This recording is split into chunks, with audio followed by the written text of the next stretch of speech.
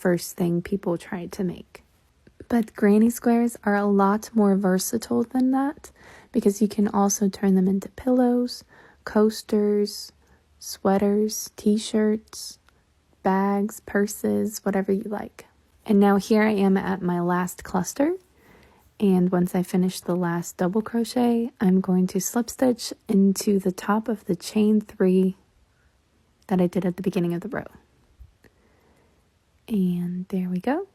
That's what it looks like. I'm going to stretch it out a little bit so that the corners actually look like corners. And that's it.